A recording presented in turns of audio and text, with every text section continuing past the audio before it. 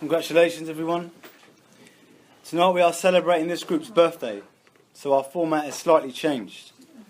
Our speakers will share for roughly 15 minutes, and we will pick names out of the hat. I will pick one of 3 names out of the hat, and it will be back-to-back sharing. So now, this just leaves me to pick one of 3 names out of the hat. Who would it be? Who would it be? No, we need the drum roll. Top, middle, bottom. And it is Myka.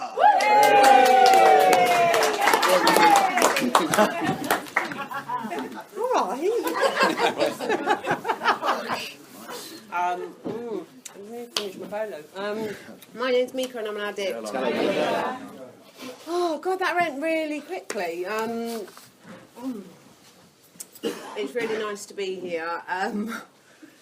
I'll just quickly say, so earlier today, so I've been off work for a couple of days. I've been getting these migraines, you know, I've been consumed in myself, really feeling sorry for myself. And my eldest son's been away this week at the Navy, and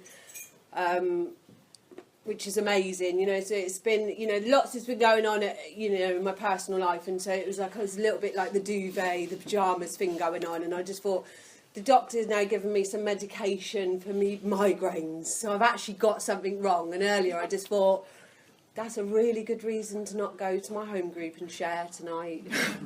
You know, I've actually got a reason, and then what happened is, my son arrived back after being away for the few days, and you know, and he's buzzing, and he's got this certificate, and you know, and he's ready to join the Navy in January, and it's been a long process, and he was buzzing, you know, and talking to me about it. And in the moment at home, what I realised is that none of that would be possible. You know, he might have gone and done that, he might not. But what I do know is that me being a part of that journey with him would not have been possible. You know, that's a result of, you know, I heard somebody saying it one time, it's like my CA family, my CA home, my CA job, you know, it's like all of that has been possible as a result of doing the stuff that I learned to do here. So, you know, it really uplifted me, and I just thought, you know, the place that I need to be this evening is in my home group, which I love this group, and try and carry a message. And a couple of my home group members, as I walked out the kitchen a minute ago, one said to me as I walked out the door, do us a favour and don't fuck it up, excuse my language. And the other one went, do us a favour and don't lie. I suddenly felt really under pressure and thought, well, I've got nothing to say then. So yeah, I'll try and you know, it's always a funny thing doing a share here at my home group, because it's like everybody knows my story and I've said it over and over again, and I kind of want to spice it up and present it and, you know, deliver it in a different way, but it is what it is. And so, you know, without further ado, you know, what I will say, because I can get caught, I've got so many stories, as everybody has, like I've got an abundance of stories, and I can be a bit of a storyteller, and I love, like I've got some crazy ass stories, but I really need to try and stay away from that a little bit, you know. But what I will say is, for me, you know, growing up, it's like I started drinking and using from young. You know, I was somebody that, if something was offered to me, I took it. You know, I didn't have a slow process into drug addiction. You know, it happened for me really quickly. I drank alcohol, alcoholically from young. It was never a good look for me. You know, I was of the type that drank alcohol. My mum used to say, I wish you'd vomit, you know, when you drank, because maybe that would be your, like, kind of, your message to say stop drinking. But I just used to drink, and I'd end up sleeping with anybody, really, fighting with somebody, or down the cells, and sometimes all 3, you know, but I do know that every time after I'd been drinking, you know, waking up the next morning was I never did it confidently with both eyes. You know, I kind of woke up knowing that there was like a drama and a crisis. So, you know, drinking, I always drank, and I used to take any substances, and You know, and what I will say is my dad, when I grew up, you know, my dad was an alcoholic and a drug addict, and I don't think that that's necessarily why I am, but he was. And my sister grew up in the same home as me, and my sister was so disgusted in my dad's behaviour. Like, she was just like, he's like a scumbag, he's a criminal. She was just so repulsed by his behaviour. But for me, I saw what he did, and, you know, I saw the bright lights of Las Vegas. You know, like, I saw what he did, and it was, like, gleaming, and it was like it was all glossy and beautiful. And I wanted to be a part of that. So, like, from young, I aspired to that life. I didn't have any hopes and dreams of going and getting a job and, you know, and all of that stuff. I had no intention of doing that. I wanted to go and do what I saw my dad and his friends were doing. They seemed to do it a lot better than me. You know, so I went through my years, and I took lots of substances, and I had great times, and I was all, you know, involved. I did the whole rave scene. I absolutely loved that part of my life. I was definitely the hanger-oner, and, you know, and I didn't really have any one set of friends. You know, I just used to roll about the country, going wherever and hanging out, and I just thought I was a little bit of a hippie, and it was fantastic. And you know, but as that moved on, what I will say is I got introduced to, you know, for me, I started taking crack cocaine and heroin, and, you know, that's just my story. And it's like I took other substances throughout all my using, but for me, you know, that's where kind of the using stopped being fun and, you know, hanging out with lots of people. It became very, you know, I was using on my own, I was lying to people, I was, you know, it was just, it got dark quite quickly when I started using those drugs. And yeah. So, you know, to play that forward, what I'll say is, you know, from my late teens, you know, I got pregnant with my eldest son when I was 19. I went to prison when I was pregnant with him, and that was really good for me because it removed me from the drugs, you know, for a while, where I decided to kind of like have a healthy pregnancy in prison and not be in pursuit of what was going on in prison. And no, but during that prison sentence, what happened is my dad, as a result of my dad's using, my dad contracted HIV, and, you know, and all those years back, there wasn't really treatment for it. And so during that prison sentence that I was pregnant with my child, you know, they told me he was really ill, and they said to me he won't see the night through. And, you know, and he did. He saw, you know, I was in prison for 6 months, and he hung on for that prison sentence. And the day I got out, I went to visit him at the hospital, and my son, I was 2 weeks away from giving birth to my son, and when I left, my dad died. And I say that because what happened is I had a moment. That was my first moment, and the last one for many years, I will say. But it was the first moment when I kind of had a thought, and I thought, you know, I'm about to have a baby, you know, and I don't want this life for my child. You know, I probably need to switch up my life a little bit. But no sooner did I have the thought, it was gone. You know, and that thought never returned for never many years. And, you know, and so I had this child, and I didn't take any crack or heroin for the first, I'd say, 6-7 months of his life. What I will say is I was a mental woman with lots of alcohol. And so what I do is I drink these goblets of wine. There was like a whole wine bottle in one. It was huge. And I think if anybody come round and saw me drinking one of them, that's quite normal. And then 6 o'clock in the evening, then you could drink spirits, because that's quite normal. And then what I do is, my son was like a month old, and he couldn't eat solids, but I used to bake bread and make stews and dumplings, because I thought that the smell of that baking, the aroma, kind of represented a normal mum.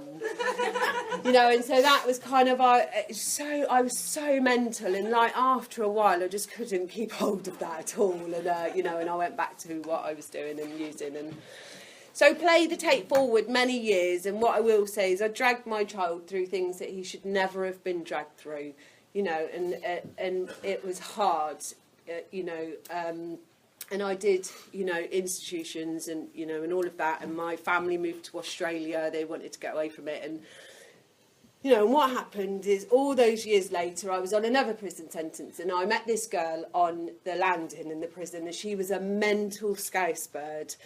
And she said to me, I decided that the only way I was going to get my son back from Australia was because I needed to change area because my boyfriend was the problem. He was the drug dealer. It was the area that was the problem, all of that stuff.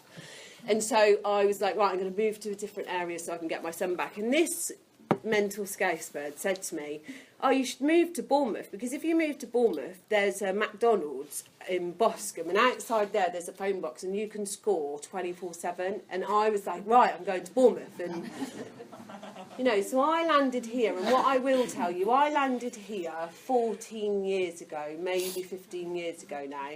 And it was only 4 years ago that I realised that there was a flaw in my plan right there. I never saw that there was an issue with the fact that I was moving areas and that I was going to come here because I could score. So I've come here, and what happens is I come out and I was used and blah, blah, blah. And then this other mental guy, big, tall, ginger Dave, he said to me a couple of weeks into me on a mad one in Bournemouth, you're fucked. And I just thought, if ever people in this room know him, I just thought, what a liberty, have you not seen the state of this guy?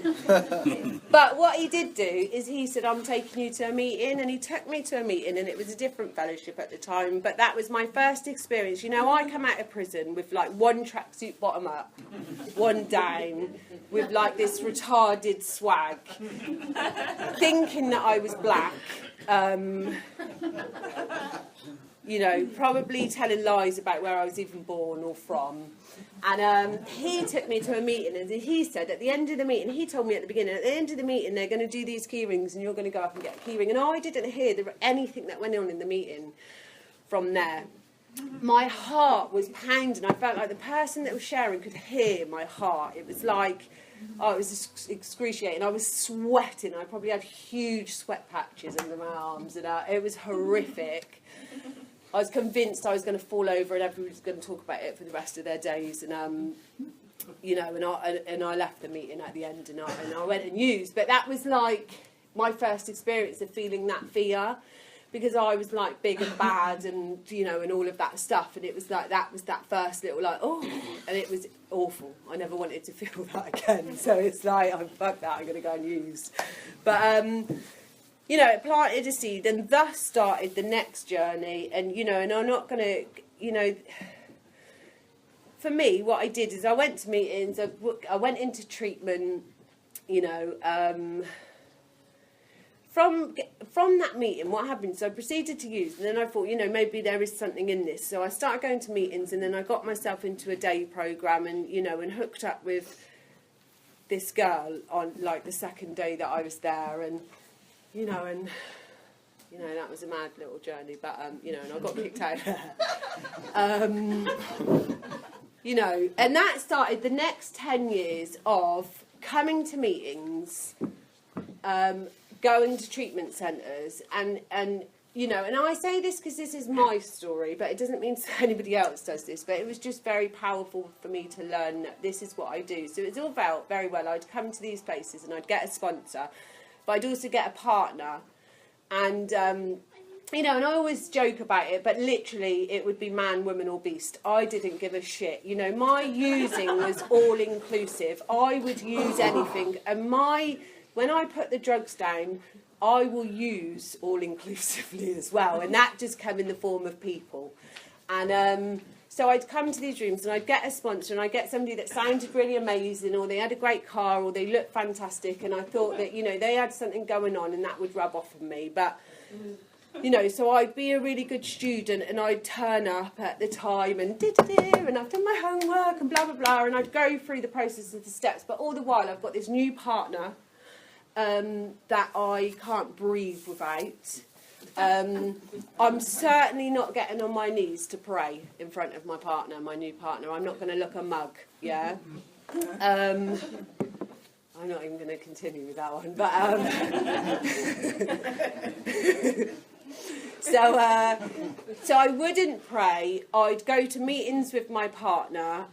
We'd be sat, sorry John, but we'd be sat like this, and it'd be like, what are you looking at her for? Like that stuff's going on. Like that stuff's going on, so it's intense between us, yeah? And, you know, we're definitely not speaking to anybody at the end of the meeting. We're going, you know, like one of those ones. And then we're going to leave the meeting, and then we're going to argue all the way home about who you looked at or who I looked at or all of that stuff. And it's like, so, but all the while I'm turning up with my sponsor once a week like this, or I'm picking up the phone, how's things? Yeah, everything's great. And then, no wonder that I never got to 6 months clean. It was like I always used, because it was like I was turning up to these rooms, pissing about with my partner, but there was no programme, it was a lie. So, you know, so my last relapse, what I'll say is, so I messed about for many years doing that deal. And my last relapse, I know that I always had a reservation around money. You know, I really like drugs. I do like drugs. That's the truth of it. I'm not going to lie about it. And I always thought I end up in these places because I ain't got enough of them. Or I'm tired because I have to go out grafting. And then it's those stuff. That's what brings me here. And so my last relapse, what had happened is I'd got to about 2 weeks clean. And I learned that I'd, you know, inherited some stuff, and I ended up with a crazy amount of money for somebody that's never had any money. And so I renovated this property and turned it into flats and sold them. And at a few months clean, and you know, like just under 6 months clean and sober, I ended up with this money. And I thought, because I put weight on and I get a big arse and all of that stuff, and I thought, none's left. I smoked it. I thought I'm just going to have a little week crack diet just to lose a bit of the arse. And thus started the next 5 years. And Lewis, I'm not ready to do 2 minutes. So what I will say is, what happened is I had the next 5 years I was using, I spent all the money, I had another child, I went back to prison, I ended up with DVT, you know, I almost lost my leg, I was running around the streets with a leg the size of my body. You know, and what ended up happening is I ended up going into a detox centre as a result of my partner at the time, who'd just used with me for a year and went, I am not using with you anymore, we need to do something. And we went through services and we got into a detox centre back to back. And, you know, and what happened for me is in the detox centre, something happened for me which had never happened before. And it was like, I believed that God gave me a surrender which I couldn't bring about myself. And in the detox centre, I just was broken. I had this internal thing that just, I remember thinking, I'm fucked. When I leave here, I'm going to use whether I want him or not. And it was the most terrifying realisation that I didn't have any control of my life. I didn't want to live that anymore. And, it was powerful. And what that brought about is that surrender brought about some willingness where I didn't even know who was doing this stuff anymore. I'd been out of the game for 5 years, and somebody who no longer, there was a man that was the sponsor of my partner, and he died a few weeks ago as a result of this illness, and he gave me a sponsor, and I come out of that detox centre and I just became willing. You know, I was given a list of things to do, and I didn't fight it, I didn't resist it, I didn't try and tailor it to my needs or what I thought my needs were. You know, I just done as I was asked to do. And what I'll say to you is that I'd been put in couples treatment with my partner, and we were living at home, and we were going to this day programme, and there was domestic violence going on. Like, we was fighting, and we'd fight all the way to the door of the treatment centre, and then we'd get there and they'd go, leave your relationship at the door. And we'd go in, and it was the most crazy situation. But as a result of the actions that I was given a list of suggestions to do. I was going to meetings every day. I just got up and showed up every day. I was able to come through that process, and for the first time in my life, at 3 months clean, I was able to go, this is not working out. I'd never known about that sentence before, but this is not working out. And I came out of that relationship, and it was like, my life from that moment onwards, literally, I have been blessed with abundance. I tell you, I couldn't put into words. I'm so aware of time, but I feel like I want to say to you that when I went into treatment, my two children were living in Australia, and I was not allowed to have any contact with them at all. They were in a different country. My family wouldn't speak to me. It was like they literally, you're not welcome. You know, what happened for me is I took guidance, I followed, you know, I took the steps, I followed direction, and it was like quite quickly what happened is my family, I was allowed to have contact with my children. I then went over to Australia, you know, and as a result, you know, my whole family moved halfway around the world to come back to this country. You know, my eldest son has been living with me for 3 years. My youngest son lives down the end of the road, and you know, that's amazing. And I know, you know, to some people that can be external stuff, but recovery for me is like the deal of my family and having relationships with people. It's like I've got a job, I pay my bills, I've got great friends in my life, but the relationships in my life that I have no capacity to have those relationships. Like I trample over anything good in my life, me of myself. And it's like I've been able to be that consistent person in my family's life. And so when I say to you, my son's gone off and he's going off into the Navy, it's like that's the proudest thing, that I'm able to be part of that journey. And it's like he knows that I'm here. He hasn't got any worries that, you know, Mum's going to crumble in a minute and go to the crack house. And I will just finish on this. When my eldest son had his Navy interview, they spoke to him, he had a panel of people, and they said to him, what was your... what's one of the worst experiences of your life? And he gave a story which I didn't know about, and I didn't remember. And he said, you know, when I was younger, my mum took me to a crack house, and she's gone in, and I'm stood in the hallway, but the door didn't shut properly, and I was watching people injecting, and you know, and he's gave this account of this horrific story that happened to him when he was about 8. And they said, what's one of the most happiest moments of your life? And he said that I can come back and be, you know, my mum's better.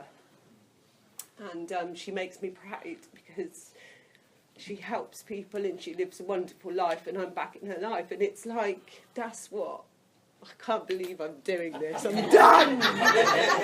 I'm done. But that, you know, but that for me is... That's what this programme gives me, is that, you know, my family get to have their lives back. Thank you, I'll leave it there. Thank you, Myka. That just leaves me to pick out one of these two. You better cry. I tell you, you better shed a tear. That's so good. It will be John. Oh. Take it away. Thanks, Lewis. Okay, I'll try and follow that. Hello, Ringwood. Hello, John. Sorry, I always wanted to do that, stand there on stage with a microphone. Yeah, I'll try and follow Myka's story. I don't know if I will cry, but I'll do my best.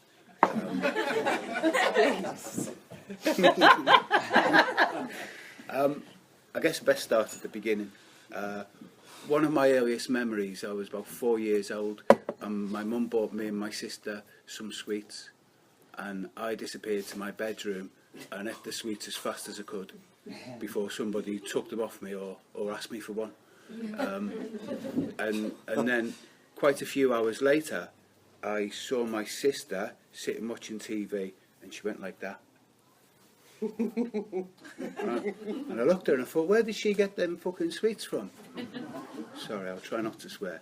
So I asked my mum, who's given her some more sweets? And she said, nobody has. And I said, but she's got some. She's got some from somewhere, and someone must have given them to her. And I caused a big argument and murder, 4 years old, because I truly believed that it couldn't be possible to still have that same bag of sweets now, several hours later. So I grew up on a council estate in Liverpool. I've shared this bit before. I grew up in a war zone. The kids used to climb to the lamppost, climb to the top of the lamppost, pull the fuses out, and the whole place was in darkness.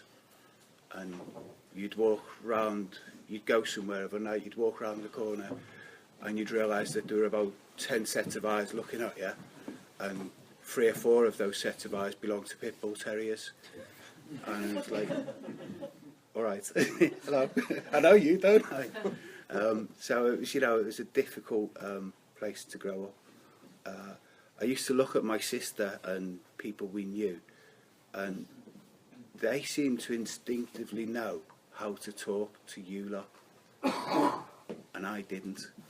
And I'd watch my sister. We'd walk into, I don't know, a youth club or something, and we'd be in a room of people that we didn't really know, and she'd see someone looking at her, and she'd say, hello, and she'd introduce herself and smile, and the next thing they'd go skipping off together. And I'd see somebody looking at me, and I'd say, what the fuck are you looking at? And I just couldn't get on with those people. So that was my life. That was how I was. And I realised quite quickly that, I was all right at school. I could go to school. I could not do too much work. I could take the exam at the end of the year, do reasonably well, and my mum and dad would be happy. So I naturally didn't do too much work and just kind of winged it. I got to about the age of 14, and I'm you're questioning everything at that age, aren't you? Who am I? What am I doing here? Is he really telling the truth when he tells me that I shouldn't do that, or I'll get in trouble? So I started knocking about with some lads on the estate. We used to nick cars. We used to nick cars and set them on fire. Nick them, set them on fire in the street, and watch while the fire engines come and put them out. It was like bonfire nights every week. Then we kind of,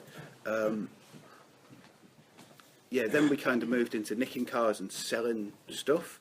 Then we moved into buying cars and nicking other cars and putting all the good bits off that onto the rubbish one you've bought and starting to make money. And then, drugs were on the scene. Liverpool at the time got flooded with heroin. I ended up on heroin for some time, a couple of years. I really didn't like the person the heroin turned me into. And I managed to stop taking it. I got my parents to lock me in my bedroom and take all my trousers and all my trainers to my aunties who lived miles away. So I couldn't go out unless I went out in my underpants. Which I did a couple of times, but I couldn't go out. So I stayed in my bedroom and clucked my way off the gear. I remember one day, I'm climbing the walls, I've got to get out, I've got to go out, I've got to do something. So I'm searching everyone's bedroom, and I found a pair of my sister's pink tracky bottoms. And in the cupboard downstairs, I found a pair. My dad was a Liverpool docker. I found a pair of his steel toe cap boots. So I went out and scored. I put the tracky bottoms on, put the boots on, and off I went. People used to remind me of that for many years afterwards. But that was the night that my dad chose to come in and tell me how proud he was of me and what I was doing. And do you know that I've got 2 voices in my head? One's a good voice that tells me all the nice things that I should be doing. Don't do that, John, you'll get in trouble. Give that back to him, that belongs to him. And the other one's the voice that says, fucking grab it now, run, get out the room. So, when my dad was telling me that voice was telling me what a fucking horrible, what I'm going to say. So that voice talked to me quite a lot, and that was the voice that I listened to. So, I got off the gear, and that was when cocaine came just after the heroin. Yeah, you've had the gear, try a bit of coke. So, party scene kind of kicked in, and I found myself using more and more cocaine every time I used it, which became more and more often. So that comes with, bills. So my criminality, because I was, that's how I made my money, that started to escalate. I started getting more and more sentences that were getting longer each time I went to court, until I got a 3.5-year prison sentence, and I finished that. And the judge, when he sentenced me, told me if I appeared, I used to burgle warehouses and stuff, And the judge told me if I appeared before court again for burglary, he was recommending that that judge doubled the sentence he was giving me today. So, yeah, so I thought I don't really want to do a 7-year prison sentence. So, yeah, I had the brain, you know, and this is my thinking. This will demonstrate my thinking. I don't want to do a 7-year prison sentence for burglary. So when I finish this sentence, I'm going to become a bank robber. So I found somebody who I could sell that idea to, and we became bank robbers. And I completely entered some kind of Jesse James fantasy, running into banks with balaclavas, give us the fucking money, and leaving with that money. And yeah, you know, in my head I was Jesse James, Al Capone, and all of the rest of them all rolled into one. I used to drive around in my car. The Fun-Loving Criminals had that tune, and I had that mixed in and out of every single song that was on the tape, because we had tapes in them days. You younger boys won't understand. Yeah, so that was mixed in and out. So yeah, that was my theme tune. That was my life, and then that ended, with the police crashing through the door one day, cable tying me together, and carting me off to the police station. I was sentenced in a Crown Court in London, and I was given a 10-year prison sentence. I went off to start that prison sentence. I was on a small wing where people were starting those sentences, and it was, you know, a really dark, black part of my life. And I was convinced I was going to die in prison, because, you know, you have to do 18 months of a 10-year prison sentence, and 8 hours is a long time there. 8 days, a month is a long time. 18 months, 80, I used to lie on my bed going, 80 fucking, they haven't a laugh, 18 months of this fucking bed. And yeah, you can imagine. So yeah, I walked around that reception wing one day and looked at everybody else's sentence that was on their cards outside their doors, and realised that my 10-year sentence was the shortest sentence on that wing. So, you know, there were some pretty, in my head, pretty scary people that I'm living with here. So yeah, I was going to die, and that was it. So I still had a bit of influence on people on the outside. So I was getting people to bring drugs to visits, and you know, my life consisted of the prison officers would open the door of a morning for breakfast. I would get out of bed, kick the door shut, go back to bed, stay there all day long, and then when night time came after dinner time, and everybody else was locked up and the place was quiet, I'd then get up, and then I'd sit in my cell using drugs all night, and then get up the next morning and kick the door shut again. And that was what I did. And then God sent me an angel, and anyone who's heard my share before, so an angel came to visit me, and you've probably all got an idea of what an angel looks like. This was a little fat South Londoner dressed head to toe in Burberry. He had a Burberry cap on, a Burberry shirt, and a pair of Burberry shorts, would you believe? And he came and he said to me, he said, "You need help, John, you're fucked." And I said, "I'm not. Keep away from me. Don't talk to me again." And with that, I went back into my cell. And he came back about a week later, and he said the same thing. Might have been a week, might have been a month. Said the same thing, and I sent him away again. And he came back, and he came back, and he came back, and he came back. And one day he came when I was having a bit of a weak moment, and he said, "You need help, and I can get you help." So I said, "Okay, if you can get me help, get me it right now." And he went away, and he came back within 10 minutes, half an hour, and he said, "You're moving to the drug treatment wing." And this was, you know, if there are people here who've been through prison, there's drug treatment wings in every single prison now. This was 1997. There was a couple of them in the whole country, and I was really lucky to be. I didn't know it at the time. I was really lucky to be serving a 10-year prison sentence in this long-term prison on the Isle of Sheppey, because that had a drug treatment unit that had just been built. So I went there. You know, first impressions. I walked through the gate, and and some big guy came up to me and he said, "Have you got any tobacco?" And I went, "No, I've got none of that." And he said, "Do you want some?" "Yeah, please." And then he said, "Have you got any coffee?" "No." "Any tea?" So he gave me all this stuff, and I'm thinking, why is he giving me all this? And then he went to hug me, and I went, nah, get away, you. So yeah, we did meetings. It was a different fellowship. It was a different fellowship to start with. And then the angel I told you about went to a CA World Convention in Washington, I think it was, in about 1997. And he came back, and we threw all of our paperwork from that other fellowship away. We all started doing CA. And back in those days, I understand if you were in the community and you went to a 12-step fellowship, you didn't have to do the steps. It was kind of optional. But this guy made us do the steps, which was, you know, I hated at the time, and today I'm really grateful for. You know, I went onto that unit because I wanted to stop taking drugs. What it's given me is so much more.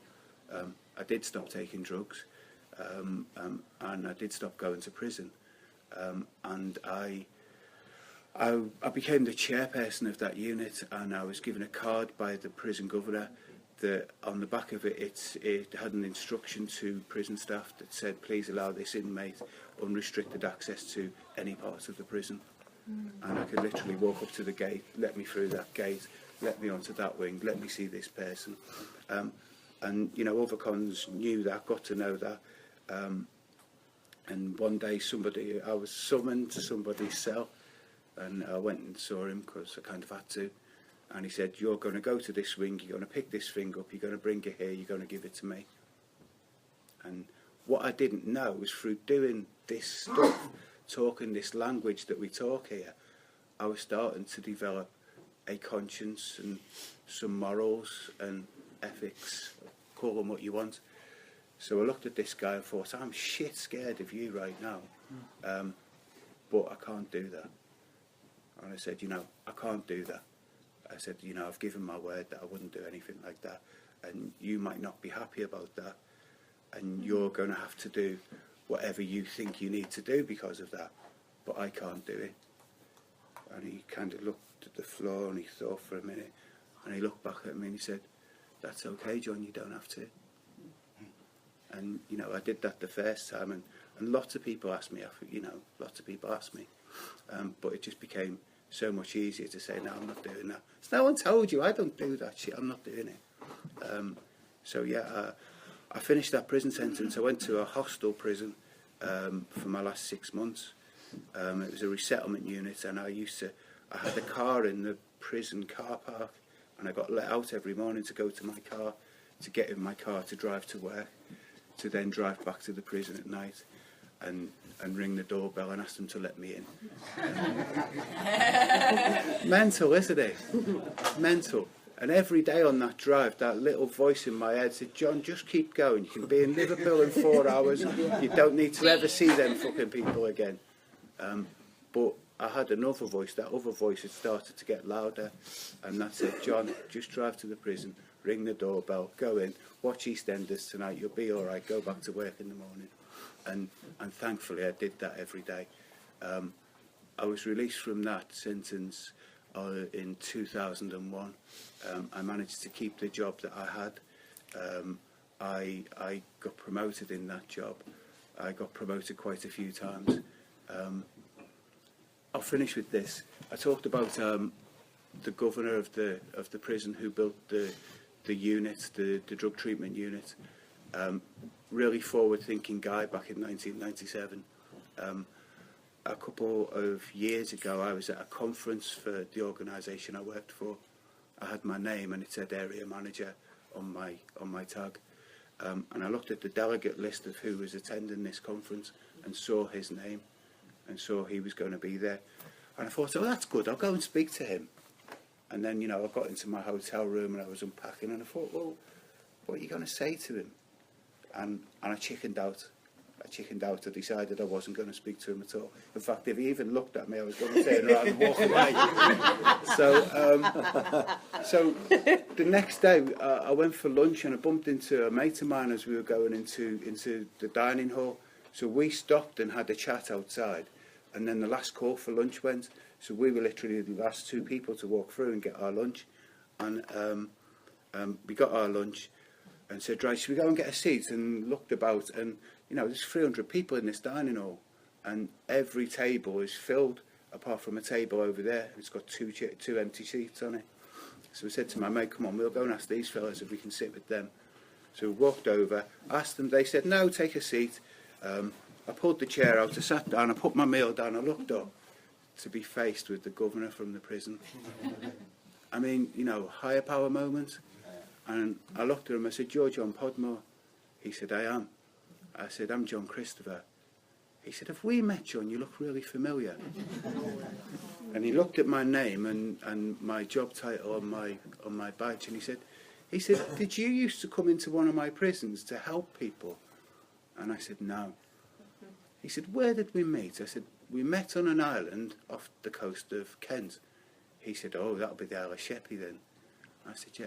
He said, you weren't one of my guests, were you, John? I said, I was, John. I said, I was. And this career prison governor, who was, you know, a hardened man who'd done all the stuff that those people have to do, he wiped a tear from his eye, and he said to me, do you know what? He said, when we built that unit, when we diverted all the funds that we did into it, I never knew if it ever made any difference to anybody's life. He said, because people used to come, they used to do the treatment, they used to leave the unit, they used to leave the prison, and I never ever saw them again. And he said, I'm really, really pleased to meet you, pleased to see you again. And we swapped numbers, and he still texts me to this day. So I left, I was in his prison serving a 10-year prison sentence. He's probably now my friend. And you know, if that's not testament to what these steps can do for you, I don't know what is. I'll leave it there. Thank you. Yeah, I'm Alex. I'm an addict. All right, Alex. Yeah, thanks for the share, guys. Tim, thanks for asking me to share. When I got the call, I thought, oh God, like, I could just tell by the tone in your voice you wanted me to share. I thought, oh, he wants me to share tonight because it was last Thursday. He was like, no, actually, I want you to share at the 10-year birthday. So I was going, oh, Ringwood, 10 years, you know. But I'm here, you know, and I'm glad to be able to sit up here, you know. I do find it quite difficult to share, you know, because like the past 18 years has been a blur, you know. So I'll try and share as accurately as possible, yeah. But anyway, yeah. So as a youngster, I had a lot of love and care around me, you know, and I couldn't really see that. I'd look at other people and think that they had it better than me, you know, when really they had it worse off, you know. And yeah, I had quite a happy childhood, but I used to get into trouble quite a lot, you know. And yeah, I've hit secondary school, you know, and the second time that I drank, I ended up paralytic in hospital on a salt drip, you know. So I didn't really stand much chance from the start when it comes to this addiction. I started selling a bit of draw and stuff like that, and at the time, like, I thought I was a bit of a big man, you know, but I was just a naive little boy, and I had no idea where that was going to lead me. And so I just became like a chronic puffhead for years, you know, and yeah, I started on magic mushrooms, and yeah, I used to think it was alright. I used to think it was sort of socially acceptable because it comes out of the ground and that, you know, God's put this on this planet for me to consume and all that. Like, yeah, I was a bit nuts from an early age, a bit deluded, and yeah, gradually my addiction gets worse, you know. The way I used to smoke weed and stuff was very different from how all my friends did, you know, and yeah, it was excessive. It was excessive, and I've sort of paid the price for that a bit, you know. Like certain like mental health issues and that, you know. I suffered a lot from paranoia and stuff, but that didn't stop me. You know, I loved that buzz and that, you know. And yeah, that sort of mind state became a natural mind state, you know. And eventually I got myself thrown out of my parents' house, you know, because of the way I was behaving and stuff. They couldn't have me around any longer. And yeah, I went to live with some associates, and things were good for a while, you know. I sort of thought that I'd arrived, but yeah, it was just a total madhouse, you know, like 24-hour, 27 days a week party house, you know. And yeah, I end up getting on the E's and stuff, and there's a lot of crack and heroin use in the house, you know. And I'm just happy to sit up the table with them doing that, you know, and they'll offer me stuff and that, but I'll just say no, you know. I'm alright with my skunk and my alcohol and that, you know.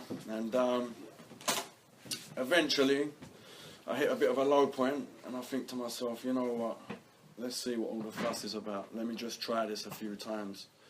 And I end up trying it, you know. And the first pipe that I had, you know, it didn't really hit the spot, you know. It was on an ash bottle and that, you know. And yeah, I couldn't really see what all the fuss was about. So me being me, I thought to myself, let me go out and get a proper bit. And that was it. I was gone.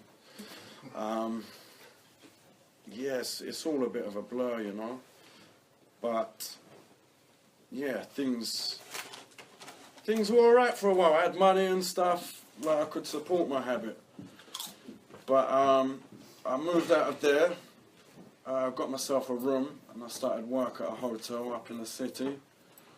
And yeah, things were alright, but I was on my own, you know, and I got quite isolated. So I'd go to work, come back from work and that, and all my old friends that I used to have it with, I sort of drifted away from them.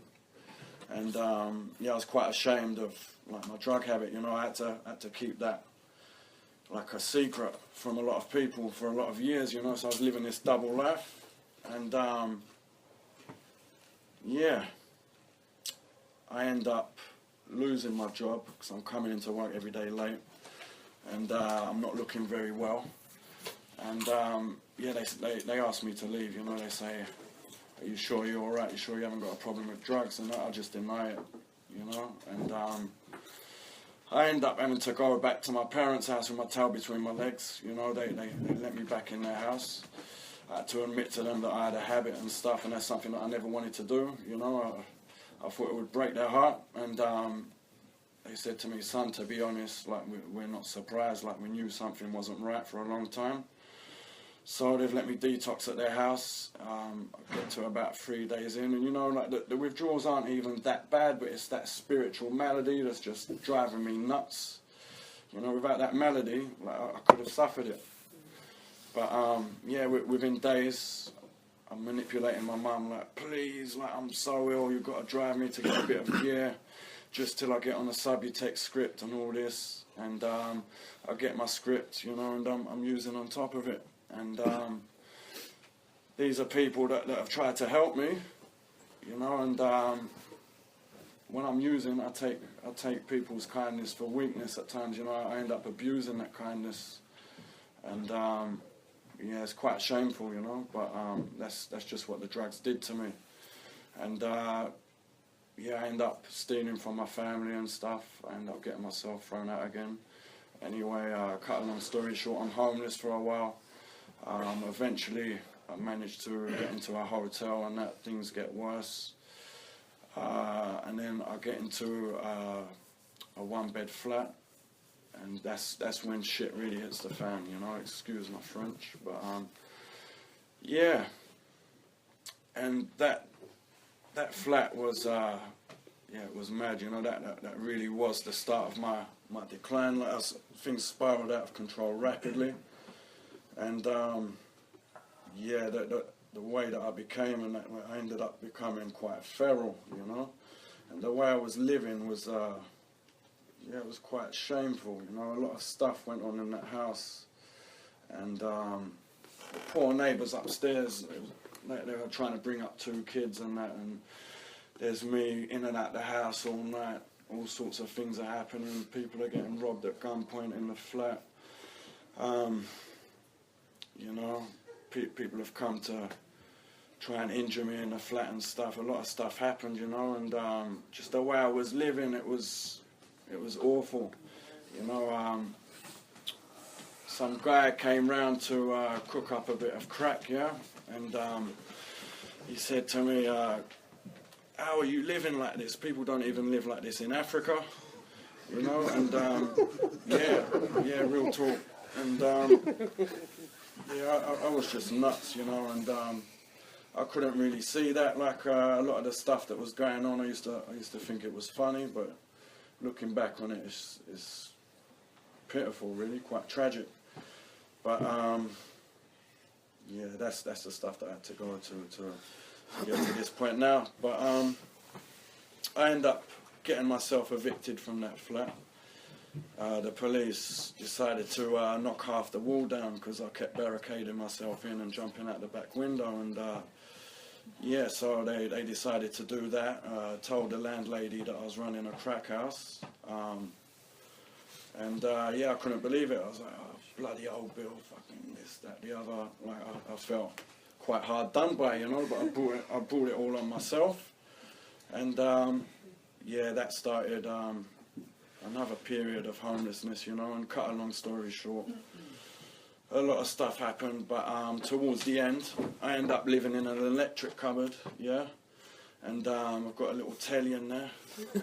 I think I'm all right. I think yeah, I'm the upper class of homelessness. Yeah, things are all right. And yeah, my day sort of just consisted of opening up the cupboard and that, getting out into the cold, walk into town, doing my shoplifting and that, and then dance all the way to the crack dealer, you know. And yeah, it was just nuts, man. And I was quite a chameleon in my using, you know. I had to fit into a lot of different scenarios, and some people might think that's a bit false or a bit fake, you know, but that's what I had to do to thrive and to survive, you know. And yeah, it's quite amusing. Like I'd get my brown from the Asian lot, and I'd ring them up. I'd be like, "Yes, brother, it's Al." And he'd, yeah, so, all this stuff, yeah. And then I'd get my white off the black fellas and that. So I'd be like, "Yes, bruv, it's Alan. What's cracking?" and all this. And yeah, I was quite mixed up, you know. But, yeah, that's just my story, man. But I'm happy to sit here today and tell it, you know. Yeah, and just towards the end, man, like I was just so deluded, and at one point I sort of saw myself as like a crack-smoking vigilante, wiping scum off the streets, but really in essence I wasn't wiping anyone off the streets, you know. I was just taking drugs from a few dealers, you know, and thinking it was big and thinking it was clever. And yeah, I nearly come unstuck a few times, but right near the end of my using, I managed to get myself nicked 7 times in the space of a couple of months, and I don't know, it probably was a cry for help, you know, like without realizing it, or because I used to pray like, oh God, please let me get away with this, like please let me get bail, this, that, and the other, and you know, like eventually, like he stopped answering my prayers, you know. But that's what I thought. He stopped giving me the answers that I wanted, you know. And I managed to get a DRI. I thought it would be an easier option than going back to prison, and yeah, it certainly wasn't, you know. I ended up in treatment. I really struggled in treatment, you know. Like without my drink and drugs, I become very anxious, very fearful, you know, very self-conscious, You know, I feel like everyone's watching me and that, and we're in these groups and that. People are saying, oh, so the counsellor's saying, oh, hello Alex, how are you feeling this morning? I'm like, oh yeah, I started the day off quite positively, and I'm feeling a bit anxious now. And yeah, that was the sort of stuff that I used to come out with, man. And because of my situation, I was homeless, obviously. I had nowhere to go. I was on this DRR. I was scared of going back to jail, and yeah, I sort of treated that treatment as like a prison sentence. I wasn't there for the right reasons, you know. But while I was there, I could see people recovering, and I thought, you know what, I'm here now. Let me just give this a go, you know. And I tried, but I still had that reservation, you know. I wasn't ready to stop using, even though like my life, I didn't have a life, you know. I was in the gutter, and I still wasn't done with my using, and I tried, you know, but I was only doing like half of my suggestions and stuff, and basically lived with untreated alcoholism for about 7 months, you know, and in the end it got so painful that yeah, I couldn't handle it anymore. I started isolating a lot. I started separating myself from everyone. I picked up a few resentments, and I thought I'd be all right on my own, you know. And right, I thought I'd be all right on my own. And some of the guys said, "Oh, do you want to come to the treatment centre for a bit of dinner? Stick with the winners." And I said, "You know what? I am a winner. I'll stick with myself." And within an hour, I'm on that train up to London, and bang, I relapse, you know. And it's true what they say about you. You pick up where you left off from, you know. Within about an hour, I was putting 20 rocks in that pipe, you know, and just dribbling, you know, like not being able to walk or talk properly. And it was all right while I had money and that, but when I ran out of money and that, you know, sort of reality hit me in the face, you know, and yeah, I really struggled, but I was very blessed because God put the right people in my path, you know. And if it wasn't for certain people, I wouldn't be sitting here now. You know, a friend from treatment put me up at her mum's house. We became quite close and that, you know, and yeah, when I was with her, like, I was able to be half sensible. When I was on my own, I was very reckless, you know. I didn't really care about myself, but I seemed to care more about her. And eventually, I came to that point where I felt broken, you know. I was fed up. I felt useless. You know, I was just done, very tired and that, you know. And I thought, you know what, let me just get to a meeting and ask for help. I got to the Summerford meeting on a Friday. And yeah, I was in absolute bits. And I've turned up at that meeting. I've told people my situation. I've asked for help. Someone's let me detox at their parents' house, you know. They didn't even know me from Adam. They've let me do that. And yeah, it was difficult. But I just remember doing that step-free prayer every morning, and just being in regular contact with my sponsor and stuff, being around people in recovery. Like, I literally had to be babysitted, you know. And